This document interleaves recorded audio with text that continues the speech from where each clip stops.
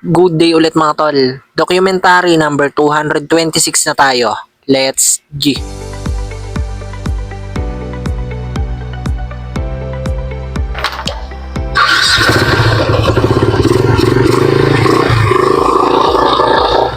So yun mga tol, ako yung unang pupunta dun sa store kasi may ginagawa pa si ate.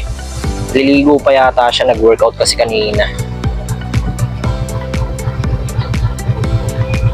Yan mga tol, nandito na ako. Yan, nai-set up ko na rin yung mga lamesa. Yan. Kasi dito. Yan, naligpit ko na rin ito mga to. Yan. So, papakain na ako mamaya ng mga isda. Yan o, magsayang na rin ako para mamaya pagdating ni ate, kain na lang kami. Ulam na lang yung poproblemahin. Nandito na si ate. May dala pang ano eh, oh. Ano ba yun? Tumbler. Kakatas lang yan maligo tapos mag-workout. Relax. Yan mga tol, pupunta lang ako saglit sa karinderya, bibili lang ako ng ulam. Ayan, nandito na ako. Basta titingin na lang ako dito kung anong trip kong bilhin mga tol. Wala akong maisip. Okay, kain na tayo mga tol. Ayan, minudo pala yung binili ko. Let's go.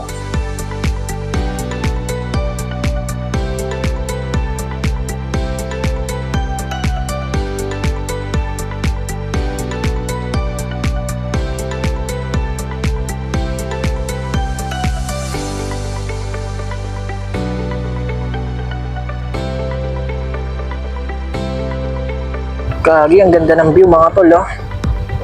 What a nice view.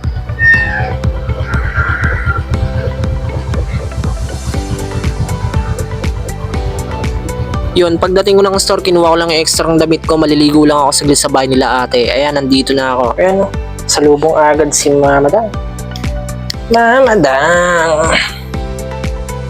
Wala ka na naman kasama dito, ah. Malis nga pala sila Tito Bomski, si Bunene, pumasok. After ko maligo mga tol, eto, pupunta lang ako saglit sa palengke, bibili lang ako ng manok. Ayan mga tol, naabutan kong bukas pa kaso awit, wala nang pityo. Ayun yung laging pinapabili sa akin ni ate para sa chicken pastil. Balik na agad ako ng store mga tol, tumingin ako sa kabilang binibilan namin kaso sarado na.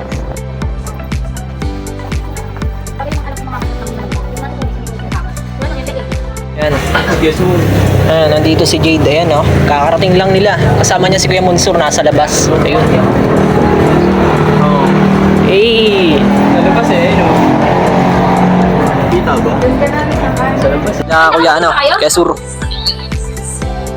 Ah, yung ano, yung vape yun? Nadala yung vape lagi. Natay natin ako.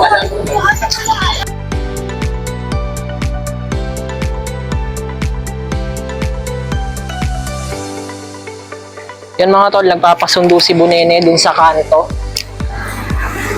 Anong oras na rin kasi? Malayo-layo rin yan.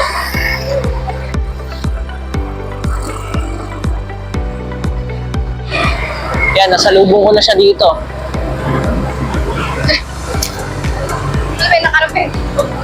Dito namin mga tol. Yan, sakto, may di-deliver ako. Paghatid ko sa kanya sa bahay, tsaka ako i-deliver to. Yan. Dalawang ice coffee tsaka tatlong pirasong waffle. Ayan. Si Kuya Ray, oh. Pogi talaga, oh. Isang harap nga dyan niya. Iyon, oh.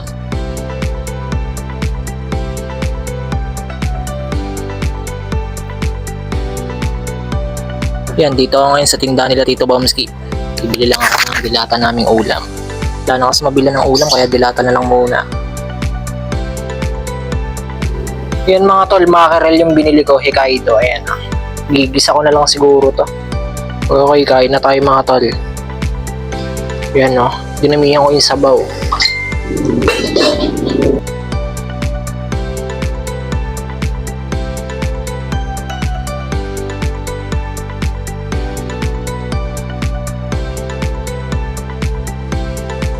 Okay na to mga tol, hanggang dito na lang. Maraming salamat palagi at sa itaas, and yung YouTube channel ko kapag gusto nyo bisitahin, click nyo lang yung link sa baba ng caption.